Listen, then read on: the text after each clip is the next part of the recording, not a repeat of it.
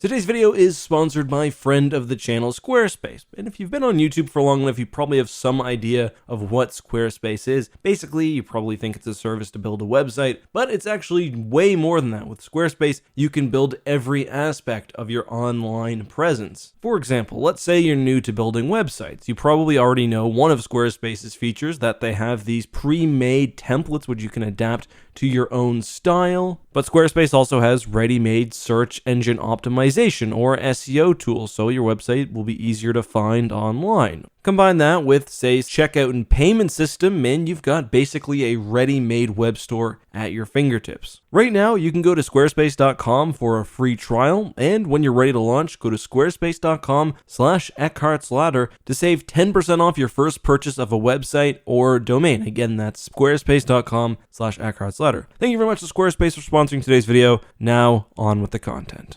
Hey guys, this is EckhartsLadder. Hello and welcome to another video. And today we're talking about a theory that I've actually been mulling over in my head for some time, but which really crystallized during my recent reread of Revenge of the Sith. And that's because I found some evidence for the theory that I hadn't already been considering. And here's a question. Could there be a non-technological reason why Jedi Starfighters use hyperspace rings? Because during the Clone Wars, it is mainly Jedi Starfighters using the rings, and although you can come up with a reason to explain that, usually being that the hyperdrive just couldn't fit in the starfighter, is that even true, and is that real or just an excuse? Here's my theory. We know that Palpatine planned every aspect of the Clone Wars out. Is it possible that Jedi Starfighters did not have onboard hyperdrives, so they'd be more under the thumb of the Republic, and so they'd be more vulnerable during Order 66? Now, admittedly, this argument is not without weaknesses, and I want to point some of those weaknesses out right now. First of all, it was not only Jedi Starfighters which used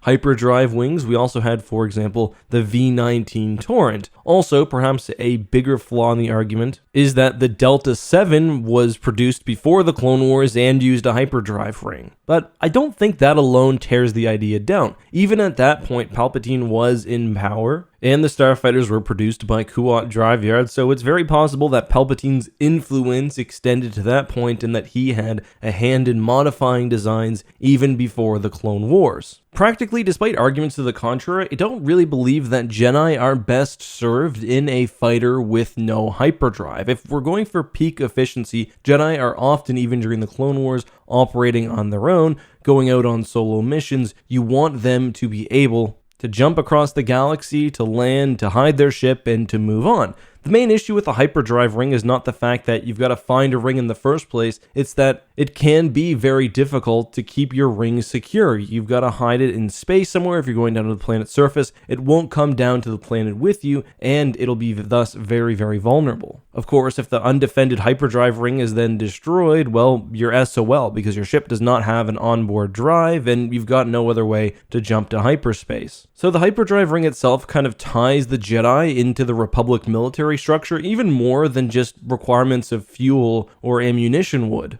And that's something that would have been very attractive to Palpatine. Also, the idea of the Jedi not being able to run would have also been something that Palpatine would have been a fan of. A great example of this actually comes in Revenge of the Sith itself. Obi-Wan takes his fighter in advance to Utapau, he parks it on the planet, leaving his hyperdrive ring in space. Then, after Order 66 is activated, he can't go and leave the planet in his interceptor because it's in space and likely too close to Republic capital ships and starfighters. It would just be impossible to retrieve. So, because of an inherent weakness in the starfighter, Obi-Wan and other Jedi have a much harder time escaping in the middle of battle. That seems to me like something that Palpatine very likely could have planned.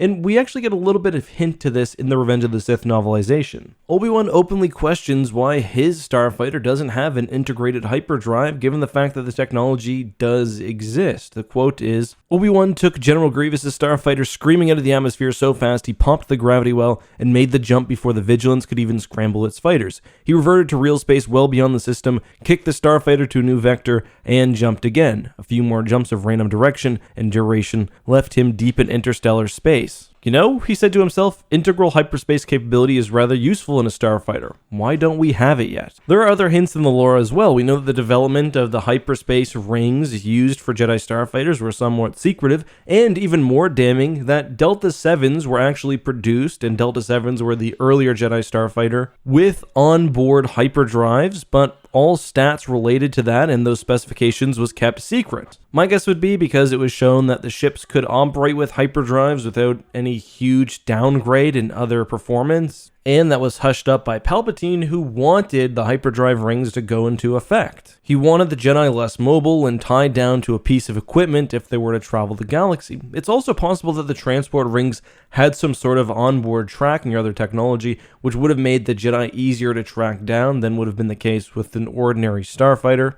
And interestingly, we already know, too, that some Jedi were able to modify hyperdrives into their starfighters, including, of course, Anakin Skywalker. There's also the fact that other very small starfighters in Star Wars have been shown very much capable of housing a hyperdrive. TIE fighters could be modified for hyperdrives, they just usually weren't, more because of pricing rather than space. The N1 starfighter, the Naboo starfighter in other words, had a hyperdrive and it did not have a whole lot of space on the inside. So did the A-Wing, of course. Now that's not to say that the Actis, for example, wasn't well made, although not including shields on a starfighter is pretty questionable in my opinion, especially if it's meant to house Jedi. Or that it doesn't make sense to make a ship dedicated to being super nimble and whatever else. My main argument is that I think Palpatine probably took advantage of a design option in Jedi Starfighters to make the Jedi more tied to the Republic, and during Order 66 to make it so Jedi would have a difficult time getting away. I mean, we know that Palpatine planned every aspect of Order 66. We learn about the depth of that in something like the Revenge of the Sith novelization, so is it really that hard to believe? And you know what? You can actually make an analogy to the TIE Fighter here. Yes, hyperdrives could be added to TIE Fighters, and even if it didn't increase cost that much,